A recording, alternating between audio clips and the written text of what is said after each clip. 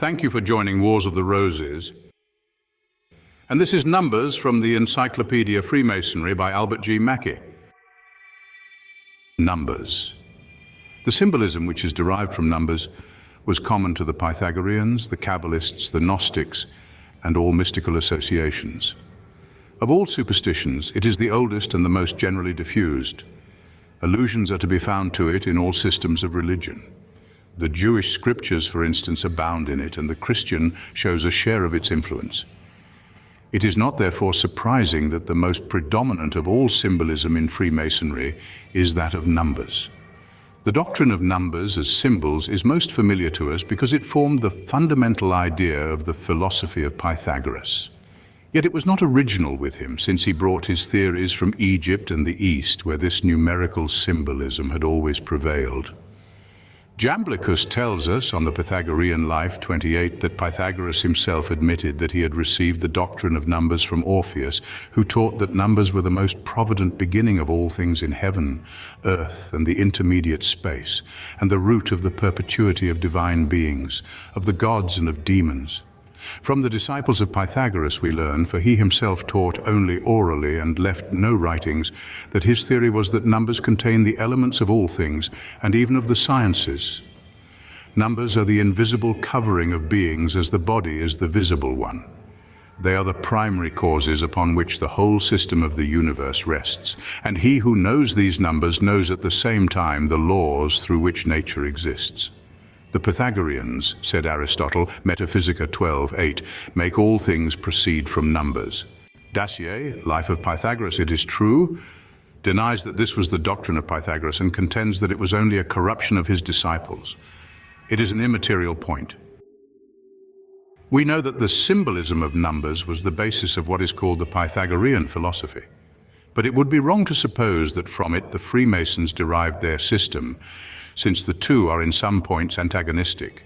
The Freemasons, for instance, revere the 9 as a sacred number of peculiar significance, while the Pythagoreans looked upon it with detestation.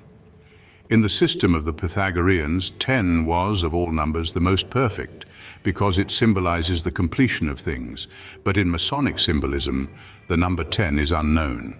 4 is not in Freemasonry a number of much representative importance, but it was sacredly revered by the Pythagoreans as the tetractys, or figure derived from the Jewish tetragrammaton by which they swore.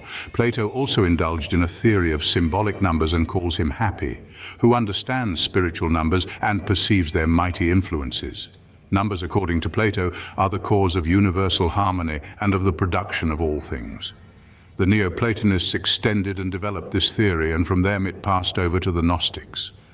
From them probably to the Rosicrucians, to the Hermetic philosophers, and to the Freemasons. Cornelius Agrippa has descanted at great length in his occult philosophy on the subject of numbers. That there lies, he says, wonderful efficacy and virtue in numbers, as well for good as for evil, not only the most eminent philosophers teach, but also the Catholic doctors. And he quotes St. Hilary as saying that the 70 elders brought the Psalms into order by the efficacy of numbers. Of the prevalence of what are called representative numbers in the Old and New Testament, there is abundant evidence. However we may explain it, says Dr. Mahan, Palmoni, page 67, certain numerals in the scriptures occur so often in connection with certain classes of ideas that we are naturally led to associate the one with the other. This is more or less admitted with regard to the numbers 7, 12, 40, 70, and it may be a few more.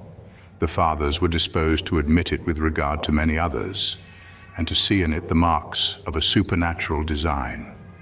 Among the Greeks and the Romans, there was a superstitious veneration for certain numbers. The same practice is found among all the Eastern nations. It entered more or less into all the ancient systems of philosophy, constituted a part of all the old religions, was accepted to a great extent by the early Christian fathers, constituted an important part of the Kabbalah, was adopted by the Gnostics, the Rosicrucians, and all the mystical societies of the Middle Ages, and finally has carried its influence into Freemasonry. The respect paid by Freemasons to certain numbers, all of which are odd, is founded not on the belief of any magical virtue, but because they are assumed to be the type or representatives of certain ideas.